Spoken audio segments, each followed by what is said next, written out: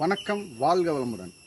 அன்பர்களே, இப்போ ஒரு புதிய ஜோதிட தகவலாக, திருமணம் லேட் ஆகிறது யாருக்கு, திருமணமாய் பிரிவு வர்றது யாருக்கு அப்படிங்கிறது தான் இந்த பதிவில் பார்க்க போகிறோம். அப்போது இந்த பதிவில் திருமணம் அப்படிங்கிறது லேட்டு, அதாவது தாமதம் அப்படிங்கிறது பார்த்திங்கன்னா, சனி, புதன், செவ்வாய் இந்த 3 கிரகங்களும், சனி பகவானும் புதன் பகவானும் செவ்வாய் பகவானும் மகரம் கும்பத்திலோ இல்லை அந்த மகரம் கும்பத்துக்கு 7, 5, 9 சேர்ந்திருந்தால் அவர்களுக்கு திருமணம் இல்லைங்கிற ஒரு அமைப்பு வருது, இல்லையா திருமண பிரிவு அப்படிங்கிற ஒரு அமைப்பு வருது. அதே மாதிரி இந்த திருமண அமைப்பு இந்த 5, 7, 9 இந்த கிரகங்களுடைய பார்வை இருந்தாலும் தாமதமாகிறது. அப்போ இதற்கும் பரிகாரமும் பலனும் உண்டு. அடுத்த பதிவில் சந்திப்போம். வணக்கம், வாழ்க வளமுடன்.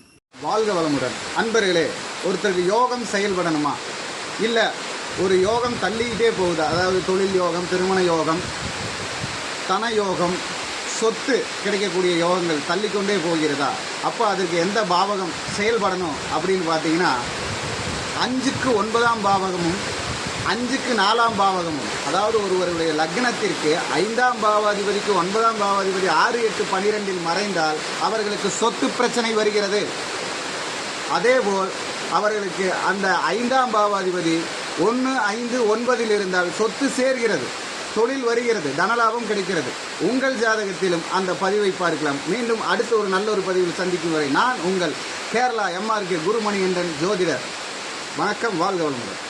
வணக்கம், வாழ்க வளமுடன். அன்பர்களே, ஒரு புதிய ஜோதிட தகவலாக, வெற்றி கிடைப்பதற்கு என்ன செய்யலாம், இல்லை வெற்றி கிடைப்பதற்கு நம் ஜாதகத்தில் எந்த பாவகம் நமக்கு கை கொடுக்கும் அப்படின்னு பார்த்தீங்கன்னா, வெற்றி கிடைப்பதற்காக கை கொடுக்கக்கூடிய அமைப்பு எந்த இடத்துல இருக்குன்னு பார்த்தீங்கன்னா, நம்ம ஜாதகத்தில் 5ஆம் இடத்துல 7ஆம் இடத்துலேருந்து இருக்குது. ஏன்னா 7ஆம் இடம் தான் ஏற்றம் உயர்வு, 5ஆம் இடம் தான் அந்த அபிலாஷைகளை பூர்த்தி செய்யக்கூடிய இடம்.